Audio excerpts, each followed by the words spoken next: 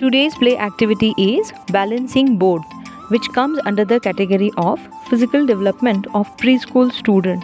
So this activity can be shared with the preschool teacher or parent who have the children of the age group 2 to 6 years old. The objective of this play activity is to develop skills in balance and coordination.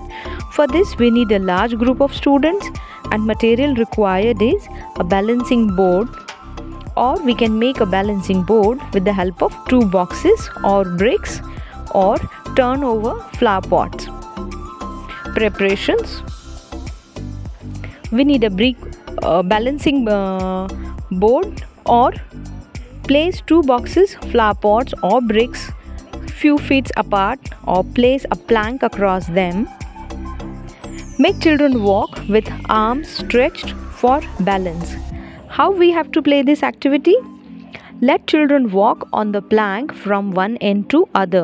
Do it as many times as the children want until they can walk easily and without much effort. The variation is possible.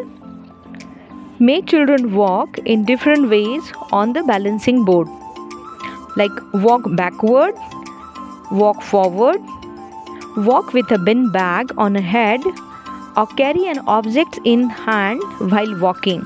Balancing board ही मुलांचा शारीरिक विकास होण्याकरिता असणारी play activity आहे, ज्यामध्ये मुलांनी लाकडी एखाद्या बॅलन्सिंग बोर्डवर चालण्याचा प्रयत्न करायचा आहे. जर लाकडी बॅलन्सिंग बोर्ड नसेल तर आपण विटांचं किंवा लाकडी फळीचं सुद्धा बॅलन्सिंग बोर्ड असं तयार करू शकतो, ज्यावर मुलांनी एका टोकावरून दुसऱ्या टोकापर्यंत सरळ चालत जायचं आहे, किंवा उलटं चालत यायचं आहे, किंवा आडवं चालत जायचं आहे, किंवा डोक्यावर एखादी बिन बॅग किंवा एखादी कुठली तरी वस्तू बॅलन्स करत चालण्याचा प्रयत्न करायचा आहे, किंवा हातामध्ये एखादा ऑब्जेक्ट वगैरे काही एखादी काडी किंवा अजून आणखी काही खेळणं असेल तर त्या गोष्टी बॅलन्स करत चालायचा प्रयत्न करायचा आहे.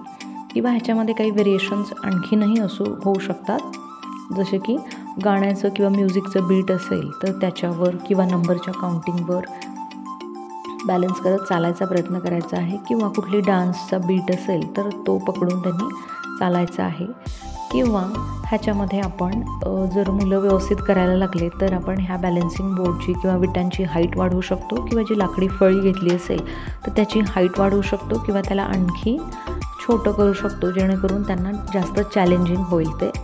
किंवा ह्याच्यामध्ये आपण लाकडी फळीचा किंवा बॅलन्सिंग बोर्डचा स्लोप कमी जास्त करू शकतो, जेणेकरून ह्यांना परत पुढे चालणं किंवा मागे चालत येणं किंवा वरखाली करताना आणखी चॅलेंजेस येतील, जेणेकरून मुलं ह्याच्यामध्ये आणखीन जास्त स्किल्ड होतील.